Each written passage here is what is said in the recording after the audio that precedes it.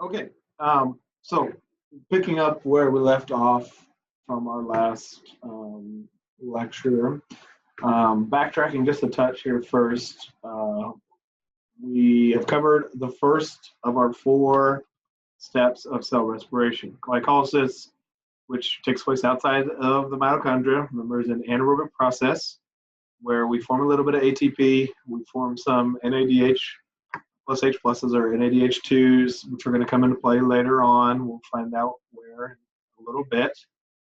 And then what we're left with are 2 3 carbon molecules of what we call pyruvic acid. What we talked about at the tail end of class was what we do with the pyruvic acid if oxygen is scarce. We perform anaerobic, what we call fermentation, where we free up NAD plus to go back, find a new glucose molecule, and perform glycolysis so that we can make ATP. What we're going to do is stray away from that now and move into what takes place if oxygen is plentiful in our cells, what we would call aerobic conditions.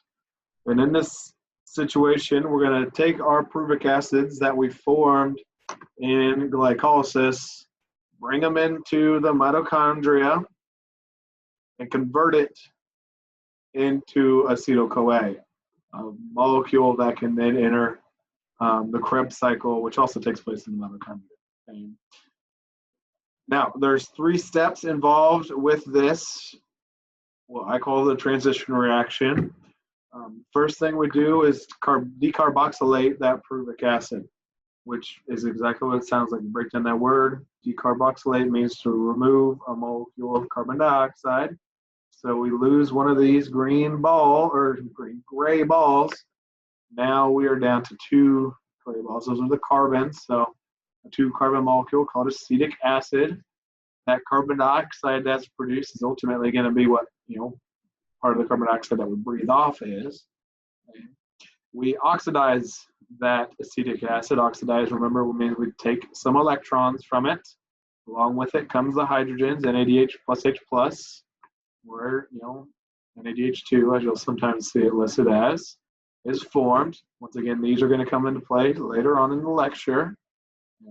And then we slap a coenzyme A to it. And coenzyme A, abbreviated CoA, is where you see it most typically, or what you see it as most typically. And that's what forms us as acetyl-CoA. Now keep in mind, this illustration really could be on here twice. And I can put this picture on here twice because going back to this page, remember we started with 1 glucose, we end up with 2 pyruvic acids. This figure is only showing you 1 of those. So we're going to keep a tally of everything that's formed from that original glucose, which means that we're going to ultimately form 2 acetyl-CoAs, 2 NADH plus H pluses, and 2 CO2s in this process. This takes place in the matrix of our mitochondria. And thinking back to the beginning of the semester when we learned about the structure of mitochondria, we learned that mitochondria had a double membrane structure. Actually, you know what? I'm going to just pull the picture of it so that we can visualize it really easily. It takes me 2 seconds to find that. As a double membrane, the outside membrane kind of not that important to us, but the inner membrane is. That inner membrane is folded in on itself, and we'll talk about what we call the cristae here in a little bit. But inside of that is the matrix, which is the fluid portion of the mitochondria, and that's where this process is taking place. So this is where the transition reaction takes place. It's also going to be where the Krebs cycle takes place. Now, we'll talk about the cristae. That's where the electron transport chain takes place here in just a second, but we're not ready for that yet. So let's move on from the transition reaction into what I usually call the Krebs cycle. A lot of people call it the citric acid cycle. I think your textbook uses it that way a lot. Also, it's known as the TCA cycle. TCA is short for something really big that I have trouble pronouncing, so I won't even try. It is an aerobic process, which means it requires oxygen. Once again, and I already said it, takes place in the matrix of the mitochondria. And looking at the figure here on the next page, I can actually tell you right away that the top portion of this figure right up here, this is all that transition reaction. A lot of times textbooks just kind of include the transition reaction as part of the Krebs cycle. It's not truly part of the Krebs cycle, but it's what's taking place just before the Krebs cycle begins. So in this case, the figure is just including it to go along with it. But the Krebs cycle begins with that acetyl-CoA that was formed during the transition reaction coming in and becoming part of this wheel, the cycle of events, where, and it's not shown here, but we have a 4-carbon molecule combining with the 2-carbon acetyl-CoA. The CoA is actually given off, and what we end up with, really kind of start us, is a 6-carbon molecule called citric acid, which is why it's called a citric acid cycle. What we do with that 6-carbon molecule, we run it through a series of events. In doing so, we remove carbon dioxide from it 2 different points. So that's CO2 that we're going to end up breathing off, like that CO2 that we just talked about, that's formed in our transition reaction. We oxidize it several times. We form NADH plus H plus 1, 2, 3 times, and we use FAD to oxidize it, forming FADH2. Also, we form a singular ATP molecule per cycle. And what's left over at the end of that cycle is that 4-carbon molecule that can then come in and grab another acetyl-CoA and start the whole process over again, which is why they call it a cycle. Now, looking at our inputs and outputs, notice here, like, carbon dioxide, I have 4 listed, but you can only see 2. I've got 6 NADH2s. I've got 1, 2, 3 shown. 2 FADH2s, 1 shown. 2 ATP, only 1 is shown. Remember, we originally had 2 pyruvic acids at the end of glycolysis. So you could put this picture on here twice if you really wanted to, because there would be 2 pyruvic acids going through this cycle of events. Now, so far, we haven't formed very much ATP. Going back to glycolysis, we formed a net of 2 ATP from that original glucose. In the transition reaction, we don't form any ATP. And here in the Krebs cycle, we only form 2 total. So far, up to this point, our third of the 4 steps, we've only formed 4 ATP, which is not a lot of energy. But we formed a lot of these electron and hydrogen carrying coenzymes that, as you can see, are going to be carrying those electrons and hydrogens to our electron transport chain. Going back once again to glycolysis, we formed 2 of those NADH2s. In the transition reaction, we form 1 per pyruvic acid, so that's 2, since there's 2 pyruvic acids. So we've formed 4 by this point. 6 more. So that's 10 of these and 2 of these. These are going to get paid off here in our final stage. Let me read through this, make sure I didn't forget anything. Krebs cycle is a series of reactions in which a molecule of acetyl-CoA is taken apart and its carbons are converted to carbon dioxide. First carbon is removed by an enzyme containing the vitamin thiamine, leaving a 2-carbon molecule continues to move through the cycle. 2 more carbons are removed and more hydrogens are picked up by the NAD plus and FADH. This can be FAD, carry another carrier molecule containing riboflavin. These hydrogens will be carried to the electron transport chain, and really it should say hydrogens and electrons. Small amount of energy is released, enough to synthesize 1 molecule of ATP for each turn of the cycle. And remember, there will be 2 turns per original glucose molecule. Okay. Now, before I move on to the the electron transport chain, that video I started showing you in class, we're going to watch it up to the point where we get to the electron transport chain. So I'll turn it on. I've backtracked it a little bit here. I'm going to finish up talking about glycolysis so that we can move right into the transition reaction in the Krebs.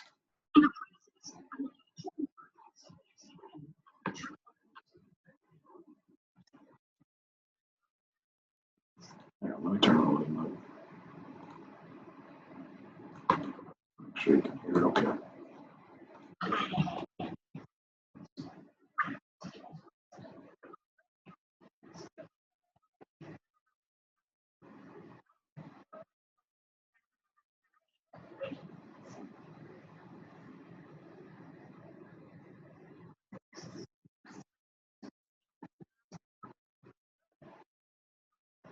Okay, so this is going to be the transition reaction. We're still with pyruvate or pyruvic acid.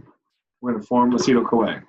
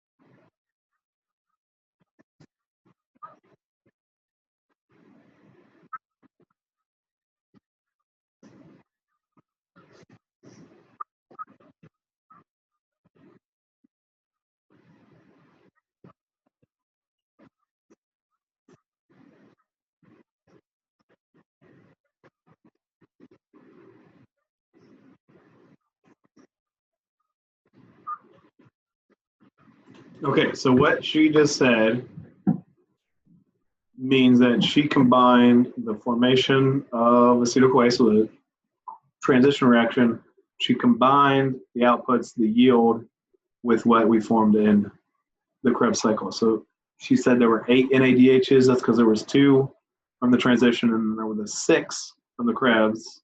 She said there were 6 CO2s because there were 2 from the transition and 4 from the Krebs. So she didn't kind of split it out like I did. That's okay, no big deal.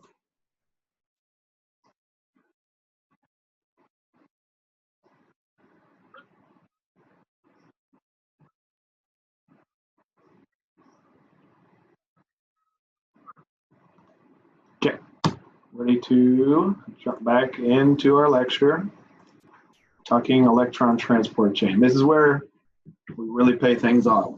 Okay. Our electron transport chain is a series of electron-carrying proteins that contain copper or iron, not that that's super important, but are embedded in the inner mitochondrial membrane, what we call that mitochondrial cristae. Going to that other lecture where the picture, so that's where those inner foldings of the inner membrane are. That's what these little red dots are, these enzymes as they're labeled. That's the proteins that make up this electron transport chain. Okay. Now notice that there's a little space in between the 2 membranes. That's called an intermembrane space, and that's also something that's really important. And I'll point it out here on this page.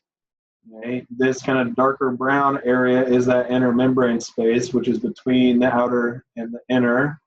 This would be the matrix, the fluid inside of that mitochondrial cristae, and then this area of our picture would be the inner mitochondrial membrane, or the cristae, as it's described. Each of these little purple blobs is a different protein that makes up the components of our electron transport chain.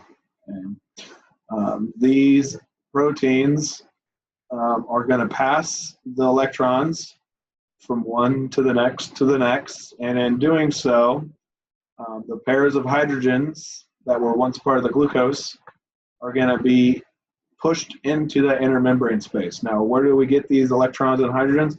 Well, they're going to be brought here from the different stages of the first three things: glycolysis, transition reaction, electron transport chain, or excuse me, the Krebs cycle. Looking at the figure here, we can just show NADH plus H plus. This could be coming from glycolysis. It could be coming from transition reaction. It could be coming from Krebs cycle. Whatever. It's carrying the electrons. It's carrying the hydrogens. And same thing for FADH2. Now we know that's got to be coming from the Krebs cycle because there's no other FADH2 anywhere else. The electron transport chain are these proteins that just pass the electrons from protein to protein. That's why it's called a transport chain. It's just a chain of proteins. Eventually those electrons become accepted by oxygen, and that's what forms that water, along with some hydrogens, which is, it's got to go somewhere, and that's what accepts it. And this is why we have to have oxygen involved to make ATP aerobically. And while the electrons are getting passed from protein to protein, we're going to be moving these hydrogens into that intermembrane space, creating a very high concentration of hydrogen ions here compared to here. Okay. And this is going to set up a gradient that we want to balance out. Okay. So what that means is we're going to have a big number of hydrogen ions here and a very little here. Well, from thinking back to when we learn about gradients, we always want to achieve equilibrium. So the hydrogens are going to want to go down their concentration gradient to balance things out. There's an enzyme that enables those hydrogen ions to do that. That enzyme is called ATP synthase, and it is the absolutely perfectly named enzyme because if you think about it, it's doing exactly what it tells you. Its name implies that it's synthesizing ATP. And it requires a certain number of hydrogen ions to come through to power it, to give it the energy that it needs to take ADP and add a phosphate to it, ultimately forming ATP. So let's read through. Pairs of hydrogens that were once part of the glucose molecule are brought to these proteins by the carrier molecule of NADH plus H plus and FADH2. Each hydrogen is then split into its proton and its electron. Electrons are passed from one protein to the next and finally to oxygen. Reactions of the electrons with the proteins release most of the energy that was contained in the glucose molecule. Each oxygen that has gained 2 electrons reacts with 2 of the hydrogen ions, forming water. Formation of metabolic water contributes to the necessary intracellular fluid, also helps prevent acidosis. If hydrogen ions accumulated, they would rapidly lower the pH of the cell. This formation of ATP requiring oxygen is called oxidative phosphorylation, and this is where we get and it's not even close, majority of our ATP from glucose. A total number of 32 to 34 from this step alone produced in electron transport chain. Okay. So our inputs, the 10 NADH plus H pluses or NADH2s are listed. Okay, we have a couple coming from glycolysis, a couple coming from transition, and then 6 from the Krebs cycle. 2 FADH2s strictly from the Krebs cycle, and then oxygen is, the oxygen that we're breathing. We form a lot of ATP and water as a byproduct. Now you might be wondering why it's not a specific number, why it's not 32, 33, or 34. It's kind of an average or somewhere in that range.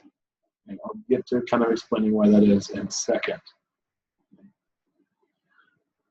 Now, the actual production of ATP in cell respiration takes place in a process called chemiosmosis, where we're pumping protons, just another way of saying hydrogen ions, through the special channels in the membranes of the mitochondria from our inner to the outer compartments. In other words, these are proton pumps where you see hydrogen ions going out into this intermembrane space. That's what we describe as the outer compartment. And that would be, in this case, the blue area. This would be the inner compartment. This creates a really high proton gradient here compared to here. So it says right there and right there. ATP synthase allows for those hydrogen ions to come back down and charges it up to transfer that energy to ADP and PI, forming ATP. So this is just an illustration essentially showing you the same thing as this one, just a little bit more simplified, because they just kind of combine all those parts of the electron transport chain together. Okay, to summarize, for every molecule of NADH plus H plus that drops off hydrogen atoms to the electron transport chain, 2 or 3 molecules of ATP, meaning an average of 2.5, are produced via oxidative phosphorylation. For every molecule of FADH2 that drops its hydrogen atoms off to the electron transport chain, only 1 or 2 molecules of ATP are formed, an average of 1.5, via oxidative phosphorylation. So when you have this average, 2.5 or 1.5, you don't get a set solid number, you get a range. And the reason why we get less ATP from the FADH2 than we do from the NADH plus H plus is illustrated right here. I just didn't really talk about it. NADH plus H plus dumps its electrons off at the very first possible proton pump, okay? Which means that when it dumps those electrons and hydrogen off, the electrons as they go through are going to result in more hydrogens getting pulled into this area. Whereas FADH2 dumps its hydrogens and proton or electrons off later. It's the second pump, but it's still going to result in less hydrogens getting pulled into this area. Less hydrogens here mean less coming through here, which means less ATP produced as a result. So that's the difference between those two. So this difference is due to the fact that FADH2 drops its hydrogen ions at a lower energy level, or complex 2, than NADH plus H plus at complex 1, pump 1 versus pump 2. So one glucose molecule at the end of aerobic respiration through all 4 of those stages, glycolysis, and I should put in here because it's another step, transition reaction, Krebs cycle, citric acid cycle, electron transport chain, we produce 36 to 38. Okay. So if you think 2 from glycolysis, 2 from the Krebs, 2 plus 2 is 4. You add that to 32, 4 plus 32 is 36. 4 plus 34 is 38. Okay. This is total from that original glucose. Okay. This is aerobic respiration, referring to all those methods used, all those pathways in which oxygen is available and utilized for the production of ATP. The summary of the 3 stages of cell respiration also includes vitamins and minerals, which are essential for this process. So it's not just important to eat carbs and proteins. A well-balanced diet includes vitamins and minerals, because without vitamins and minerals, you don't have things like the NAD, the FAD, different, all sorts of other stuff as well. I didn't really get into. Okay. An important overall relationship is the concept, or the overall concept is a relationship between eating, but also the breathing that we must do to get rid of that CO2, but also to bring in that water. Eating provides us with a potential energy source off to glucose and the necessary vitamins and minerals. To release the energy from food, we must breathe. Okay. Oxygen we inhale is essential for the completion of cell respiration. CO2 produces exhale. So, figure, just kind of wanted to point some stuff out. Okay. Now, going back to why it's not that solid 32 or 34, here's the big reason why. Going back to glycolysis, remember that takes place in the cytoplasm. This is the only step that takes place in the cytoplasm, which means the NADHs that were formed during that process must get carried into the mitochondria. And it requires a little bit of energy to move those NADHs in. Sometimes it doesn't, sometimes it does. And I'm not going to get into why, it's super complicated. But here we see the reason why it's not a set number. Either we're going to get 4 total ATP from those 2, or we're going to get 6. And then you add that all up. If it was 4, it's going to be a total of 32 from the electron transport chain. 32 plus 4 is 36. If it was 6, 4 plus 34 is 38. So this table from your textbook just kind of breaks everything down step by step, just kind of, in a list versus a figure. Okay, and this figure, kind of the same thing. Just gives you a nice overview of what's taking place, where everything's at, where we're forming it. So it's kind of nice and handy. You can see everything, where it's coming from, and all that wonderful stuff. Okay, so that was carbohydrate, or specifically glucose catabolism.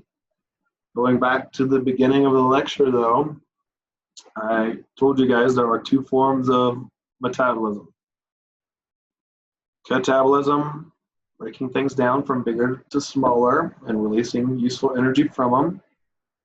Then there's building up, anabolic reactions. Okay. So let's talk about a component of carbohydrate anabolism, what we call glycogenesis.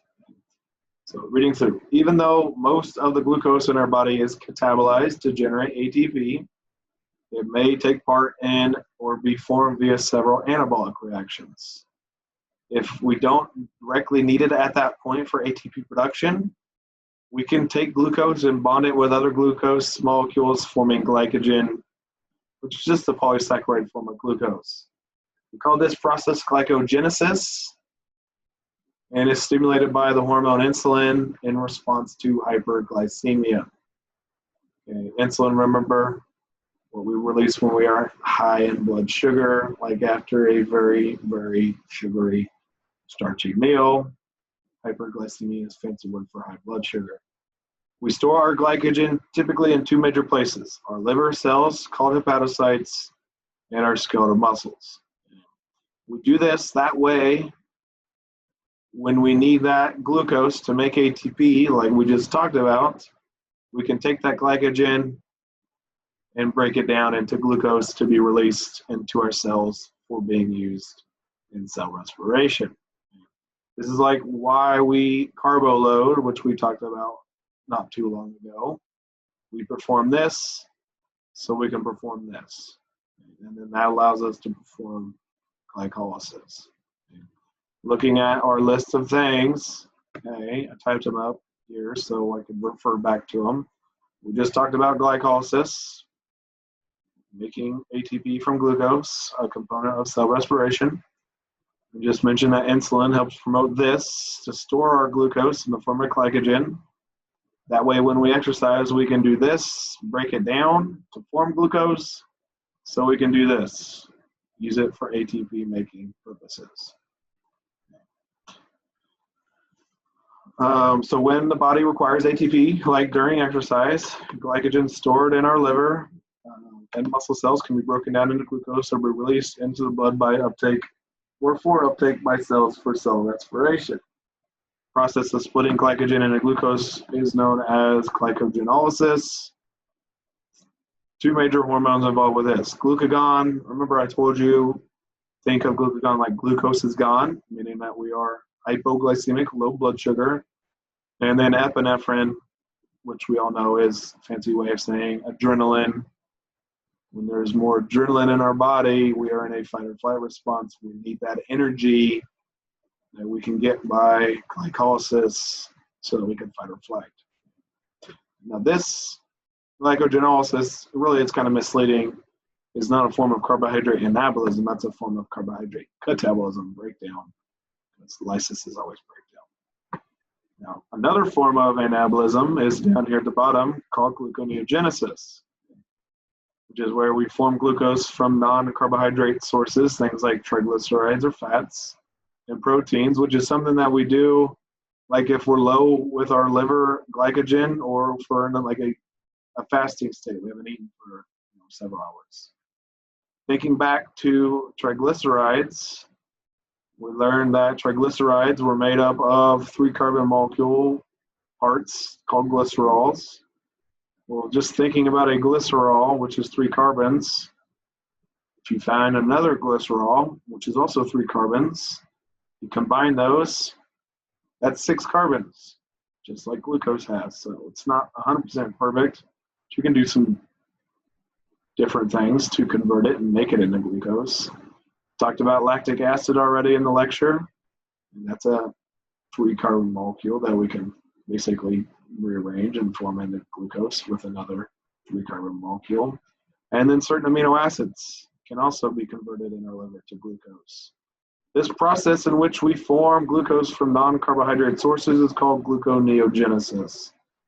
And that was, oops, sorry, I didn't mean to do that, our 4th term here on my tally list, which that process is stimulated by 3 hormones. Cortisol, which is a hormone called our stress hormone, and glucagon, which we just said is released by our pancreas when our glucose is gone, and then T3, T4, which I guess are separate hormones, but they kind of do the same thing, both of which obviously are released by the thyroid. So I guess technically 4 hormones promote gluconeogenesis. And we do this like if we're in dire need of glucose. Figure here on this next slide, there's actually kind of 2 figures here on the left. We show how we can go from glucose to glycogen and vice versa.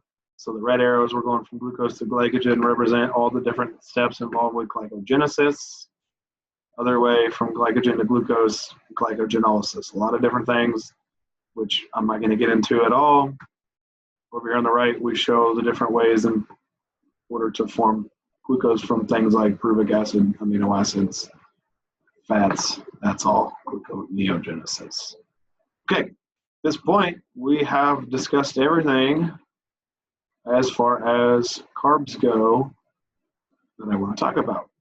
So we're going to move on to proteins, which we don't use proteins nearly as often and prominently for energy as we do carbs and proteins, but we can use them when needed. As we previously learned way back at the beginning of the semester, proteins are made up of chains of amino acids. Here's what an amino acid looks like. Okay. Primary source, or primary use for amino acids we obtain from food is the synthesis of new proteins. But when we have excess amino acids, in other words, not immediately needed for protein synthesis, we can use them to make ATP. A process called deamination allows this to take place, where we remove this blue section of the amino acid, the NH2, the amino group, and what we're left with is, typically a couple carbs, maybe 2 or 3, okay, which we can plug right in essentially into various parts of the Krebs cycle. Maybe not directly, but pretty darn close. Looking at this figure right here, remember pyruvic acid is a 3 carbon molecule, okay, but when we form into acetyl-CoA, it's a 2 carbon molecule with coenzyme A to it. Well, if our amino acid had 2 carbons and we removed the amino group from it, then we slap a coenzyme A to it, essentially it's no different than what it was when we started with pyruvic acid. Okay.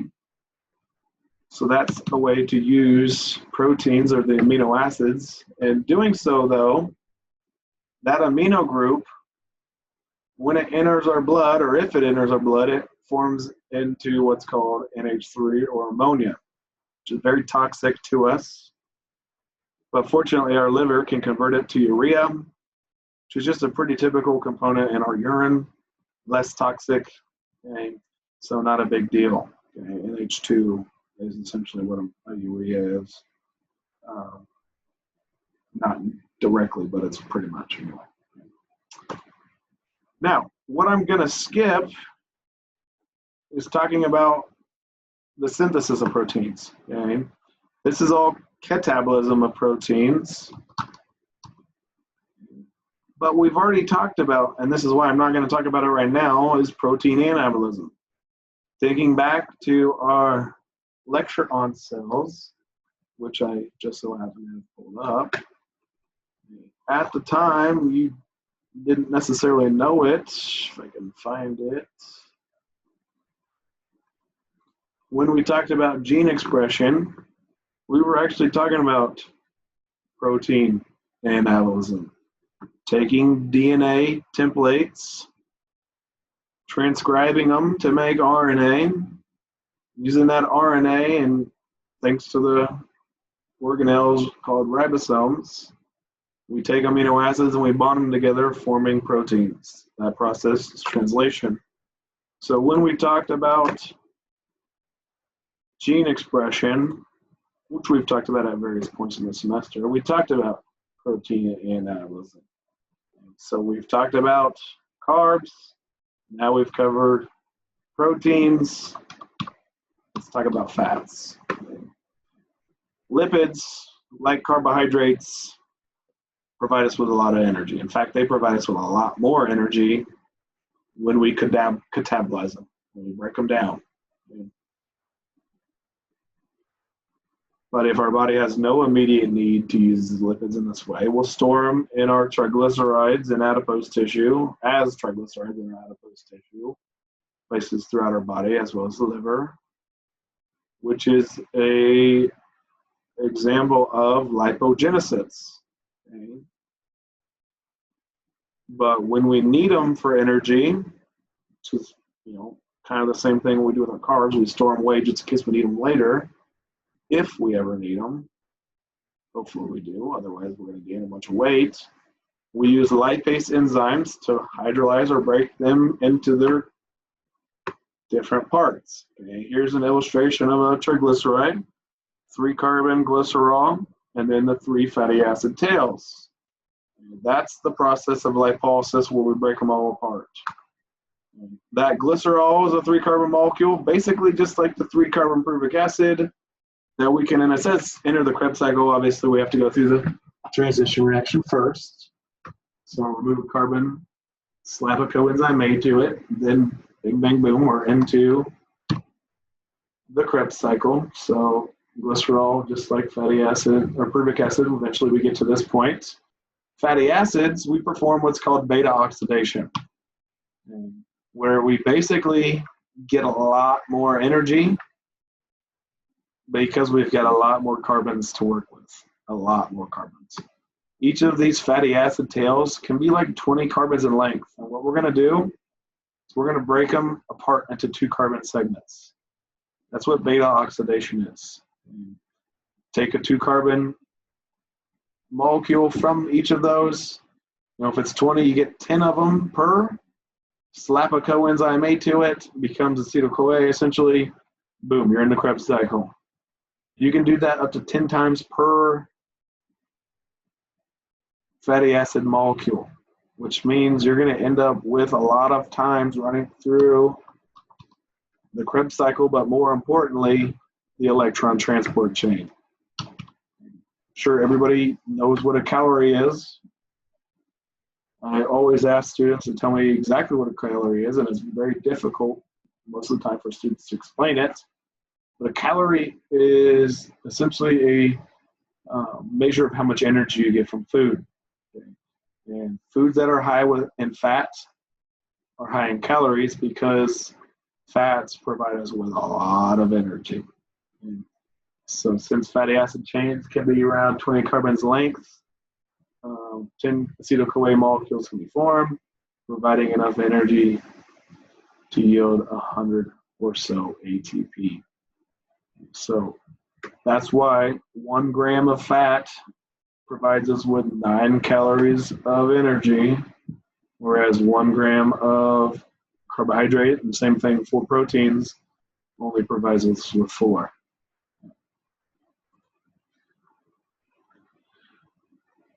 Now, as part of normal fatty acid catabolism, our liver converts some of those acetyl-CoA molecules into substances known as ketone bodies. These ketones, as people like to describe them as.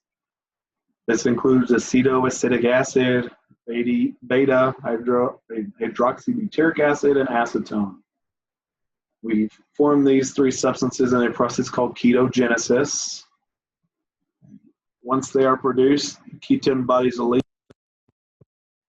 our body cells where they're broken down into acetyl-CoA to enter the Krebs cycle, like we show right here.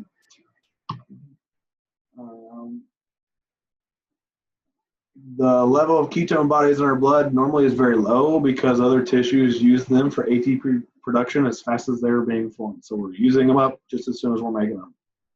But during periods of excess beta oxidation, production of ketone bodies exceeds their uptake and use by body cells, like what happens after you eat a meal rich in triglycerides, or like when you're in a fasting or starvation state, because few carbohydrates are actually being used and available for catabolism. This is kind of the whole reason why people do the keto diet. They're kind of trying to trick their body into burning triglycerides continuously. You know, it's a great method of, you know, weight loss as a result. Now, people need to be careful because excess beta oxidation can be very detrimental, not typically in a normal, healthy individual, but more so in people that are not doing a good job of treating their diabetes or controlling their diabetes. When the concentration of ketone body in our blood rises above normal, we call this condition ketosis. And the ketone bodies, most of which are acids, must be buffered. If too many ketone bodies accumulate, our pH in the blood will drop, a condition we call ketoacidosis.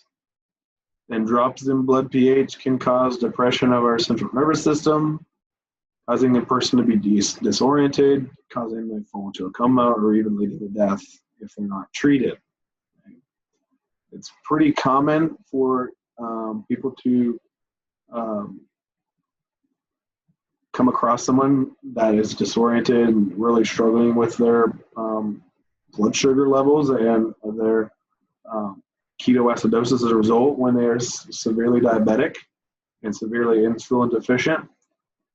Not, you know, you don't come across them every day, but people in clinical settings do. One of the big telltale signs that people describe when somebody's not doing a good job with their insulin and diabetes is that their breath smells really fruity. This sweet smell is due to the ketone body acetone that I just mentioned. So it's kind of crazy. They even say that their urine will smell kind of fruity. Not that, you know, somebody's trying to smell urine, but it's pretty distinctive that you can actually smell it from a ways away. Okay, so that's metabolism in a long-winded nutshell. All right, last thing I want to talk about, which directly relates to what we were just talking about, is regulating our body temperature, which I'll let you guys write out if there's anything to write out. So I take a sip of water here.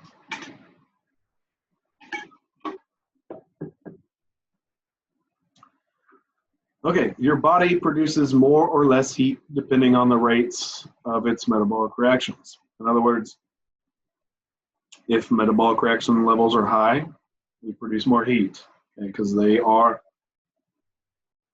directly related to one another. If our metabolic reaction levels are low, heat production is low. Because homeostasis of body temperature can be maintained only if the rate of heat loss from the body equals the rate of heat production by metabolism, it's important to understand the ways in which heat can be lost, gained, or conserved. Heat itself, we learned early in the semester, is a form of kinetic energy that we measure as temperature. Despite wide fluctuations in environmental temperature, something we get to experience pretty drastically here in Kansas from day to day, especially in, you know, the fall and spring times of the year, homeostatic mechanisms can maintain a normal range of internal body temperature. We are described as being homeothermic, meaning that we are pretty good at regulating a pretty, not static, but pretty close to it body temperature. It's going to go up and down a little bit, but we like to see it around 98.6 degrees or 37 C. Okay? And that's only possible if the rate of body heat production equals the rate of heat loss. And since heat is a product of metabolism, it's important to understand metabolism. We just got done talking about that, so now we can really kind of focus on the heat aspect of things. Basal metabolic rate, or BMR, is a measure of an individual's metabolic rate with the body in a quiet, resting, and fasting condition. So by understanding BMR, we're going to have a good understanding of heat. Now, there's actually two different temperatures one can take in the body, core and shell. The core temperature is the temperature in your core, in your internal parts of your body, deep to the skin and subcutaneous layer. Usually is what that 37 degrees C I mentioned earlier is. We want it to be there because if core temperature is too high, can denature your proteins, causing us to, kill us. Okay? Denaturing proteins means that they no longer function, and as we learned about earlier in the semester, just about any and everything in our body being done is being performed by a protein. Core temperatures that are too low, what we would call hypothermia, can cause cardiac arrhythmias, so your heart is not pumping regularly, beating regularly, which can also result in death. And it's not super, super drastic temperature changes internally that, cause us to die, okay? 7, 8, 9, 10 degrees up or down from that 37 can be very, very fatal. So pretty important that we maintain a very, very closely regulated body temperature. Your shell temperature would be the temperature near your body surface, like in your skin or subcutaneous layer. So what's usually measured when you go to the doctor's office, they put the scanner on your forehead, or when you're walking into government buildings now, they take your temperature on your wrist or your forehead. Just about a lot of places anymore are instituting this is what nurses typically are doing. It's a lot easier to measure shell temperature because you're not having to go deep into the body. Where you measure core temperature, it typically means you're going into an orifice, up through the nose and down into the esophagus is a great one. It's not pleasant for the person involved doing or having it done. Even worse than that would be rectal temperature. You can imagine how unpleasant that would be. There's actually some pretty cool, sophisticated ways you can actually swallow thermistors, which are going to send a signal out from internally to measure internal body temperature that you'll end up just not digesting, but end up passing through the digestive system, defecating them out. But obviously that's not something that's feasible when you go to the doctor and you're thinking to get checked. So shell temperature is what's typically used, but depending on the environmental temperature, whether it's cold outside or whether it's hot outside, can generally be quite a bit different between 1 and 6 degrees C. And it says lower, but it could also be higher than core temperature. So it's not the perfect way of measuring body temperature by any means. As a tissue increases its metabolism, the amount of heat it produces also increases. So it's in direct correlation with one another. Any increase in metabolism is going to result in an increase in heat. Several factors influence metabolic rate, which means that they affect heat production. Okay. Exercise, thyroid hormone release, epi, norepi release from the nervous system, increased body temperature, ingestion of food, age, gender, sleep, climate, and malnutrition all affect in some way your metabolism, which affects your heat production.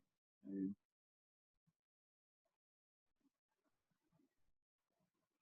Now, to maintain your body temperature, as I said, you have to match the amount of heat you produce with the amount of heat that you lose to the environment. Okay? So far this semester, we've talked a lot about gradients. As recently, we've been talking about pressure gradients with the flow of blood and the movement of air in and out of the lungs. Well, there's another gradient I want to talk about right now where we have are what we call temperature or thermal gradients. Heat moves from high to low, just like what we've been talking about with pressure and concentration. So when you sit on something cold or when the air that hits you is cold, your body heat is going to be lost to that cold air, to that cold substance. Okay? This heat can be transferred to our environment. There's 4 methods in which it's done. The first shown here is conduction, where heat exchange occurs between molecules of 2 materials, and the key here is that they're in direct contact with each other.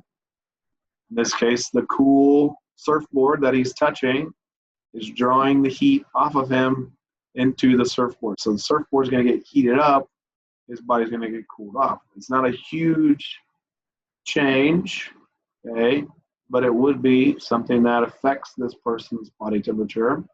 Something that you guys experience when you sit in those desks that we have, which are typically the same temperature as the room, 70 degrees or so that the thermostat's set at, causing them to be 70 degrees, which is quite a bit cooler than your body. So when you sit in those chairs and on those desks, your body heat is transferred to them.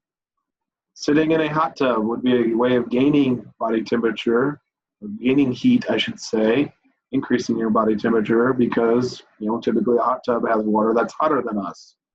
And, if you jump in a cool pool, it's going to draw that heat off of you. In fact, water transfers heat tremendously more so than air, okay? Which I'll talk about right here with convection. Convection is the transfer of heat by the movement of a fluid, which can be either a gas like the air or a liquid like the water in this pool, or I guess that's an ocean, or if it was a pool. Examples of ways to transfer heat through convection would be like what happens when you fan your face when you're hot, or when you're outside and the breeze just comes into contact with your face. It's going to increase the circulation of that air and allows for more of that heat to be transferred to the air than if it was not windy, or the wind was not very strong. Sitting in a hot tub is also a form of convection because it's liquid. Now, as I was just saying, water has a great ability to transfer heat. In fact, I think it's like 20 times more effective than air. If you think about it this way, you are outside with a t-shirt and shorts on a 60 or 55 degree day. You're going to be a little chilly, but you should be just fine. You might shiver a little bit, but you're not going to be in drastic danger of hypothermia.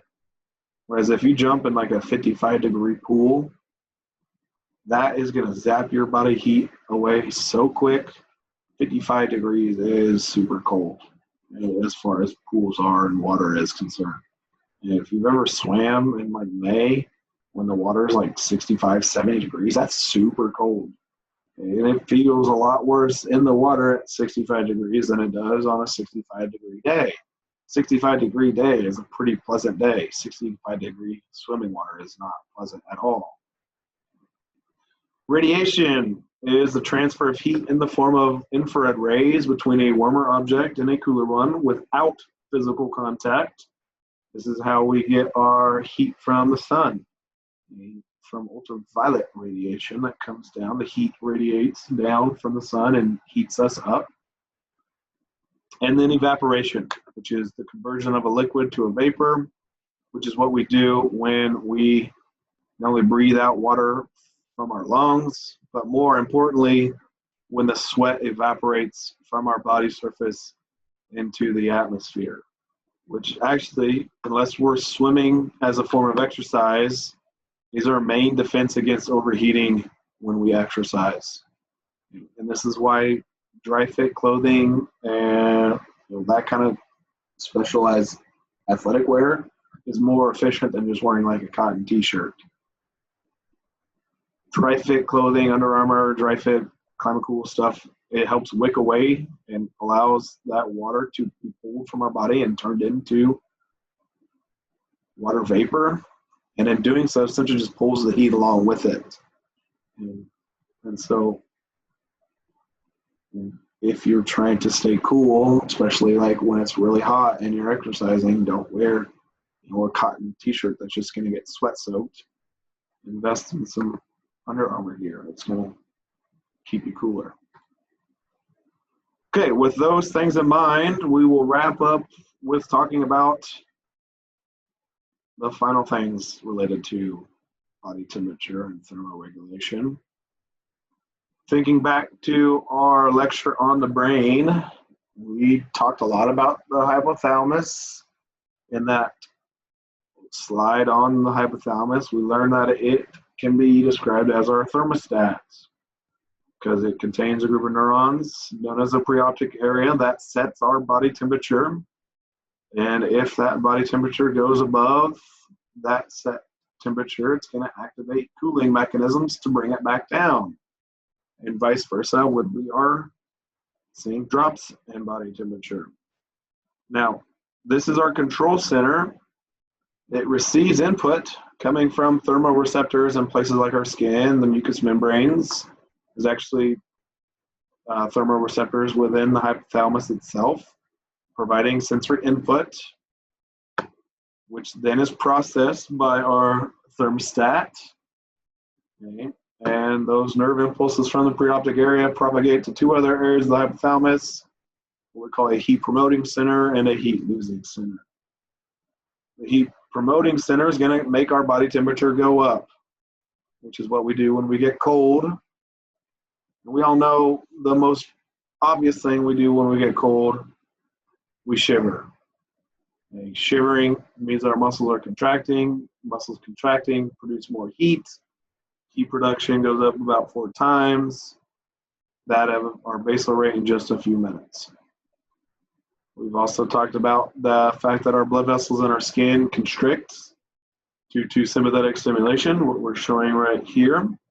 Less blood is in close contact with the skin, means less heat can be lost to the environment, and that blood that's redistributed more internally can go to our internal organs and keep them more warm and protect those more important internal organs than, places like our fingers and toes and stuff like that, where we really see losses of blood when we're cold. Something we haven't really talked about at this point, though, is how we increase metabolism by releasing 4 different hormones. Okay, the T3 and T4 thyroid hormones, epi and norepi, are released because, as we just said, they're going to increase metabolism, and as we increase metabolism, the amount of heat we produce also increases. This is called non-shivering thermogenesis. It's like lighting a fire in our body. More metabolism means more heat. Body temperature should go up. When we are hot, we want to promote heat loss, which means we're going to try to do whatever we can to lower our body temperature. Most prominent, obvious thing that we do is we sweat, which is stimulated by sympathetic nerves. And then instead of constricting our blood vessels to the skin, we dilate them, which is why our skin, especially like in our face, appears red, because there's more blood flowing through the skin, which means the heat that's in that blood is closer to the epidermis and more likely to be lost into the atmosphere by radiation and conduction, just like we were talking about on this page. Okay. And then we're just going to do anything we can to decrease metabolic rate, because once again, any increase in metabolic rate goes up with heat, our heat production goes up. Any decrease in metabolic rate makes our heat production go down, which means we're not going to be wanting to release these hormones. At least try not to. Okay. That's it. All right. I'll stop right here.